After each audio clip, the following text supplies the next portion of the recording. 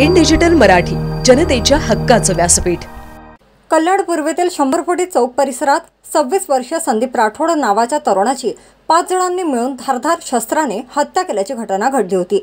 या प्रकरणी कल्याण गुन्हे शाखा पोलिसांनी तपास करत 48 तासाच्या आत 2 संशयित आरोपींना बेड्या ठोकल्या आहेत, तर कोळसेवाडी पोलिसांनी 2 आरोपींना अटक केली आहे। अरविंद गळपांडे उर्फ पेंद्या, शैफ उर्फ साहिल नसीर शेख, विद्यासागर मूर्तिल उर्फ आण्या अशी 3 आरोपींची नावे असून एक आरोपी अल्पवयीन आहे। जुन्या वादातून ही हत्या केल्याच्या तपासात उघड झाले असून या प्रकरणाचा तपास कोळसेवाडी पोलीस करत आहेत।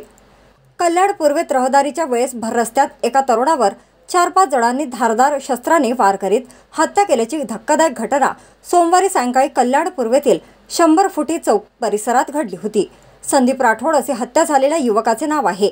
जुन्या वादातून ही हत्या करण्यात आली होती। विशेष म्हणजे ज्या चौकात ही हत्या झाली तो चौक अतिशय रहदारीचा असतो। त्या रस्त्याने हजारो गाड्या रोज ये-जा करतात। असे असले तरीही या चौकात दिवसा ढवळ्या एका तरुणाची हत्या करण्यात आली आहे। या भयानक घटनेमुळे कल्याण पूर्वेत एकच खळबळ उडाली। या घटनेनंतर कल्याणमधील कायदा आणि सुव्यवस्थेवर पुन्हा एकदा प्रश्न उपस्थित केला जातोय।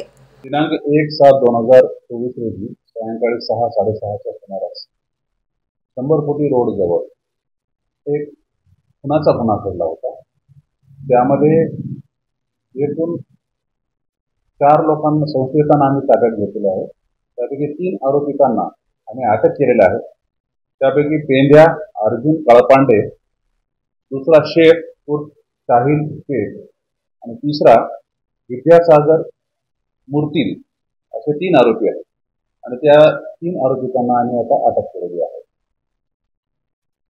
सदर गुन्ह्यातील आरोपी आणि मयत यामध्ये पूर्वीपासूनची दुश्मनी आहे। या प्रकरणामध्ये अगोदरही मानपाडा या ठिकाणी या आरोपीपैकी एकाच्या फिर्यादीवरून गुन्हा दाखल आहे। त्यामध्ये अटेम्प्ट टू मर्डरचा गुन्हा दाखल असून जो मयत झालेला आहे त्याच्या मित्रांनी तो केला होता आणि त्यांना अटक झालेली आहे। सदरच्या गुन्ह्यातील जे अटक झालेले 3 आरोपी आहेत त्यापैकी 2 आरोपींवरती यापूर्वी सुद्धा गंभीर स्वरूपाचे गुन्हे दाखल आहेत। त्याबरोबर जो मयत आहे त्यावरती सुद्धा मर्डर सारखा आणि अटेम्प्ट टू मर्डर सारखे गुन्हे दाखल आहेत। जो 1 तारखेला मर्डरचा गुन्हा दाखल केलेला आहे त्यामध्ये नवीन कायद्याचे सक्त कलम लावण्यात आलेले आहेत।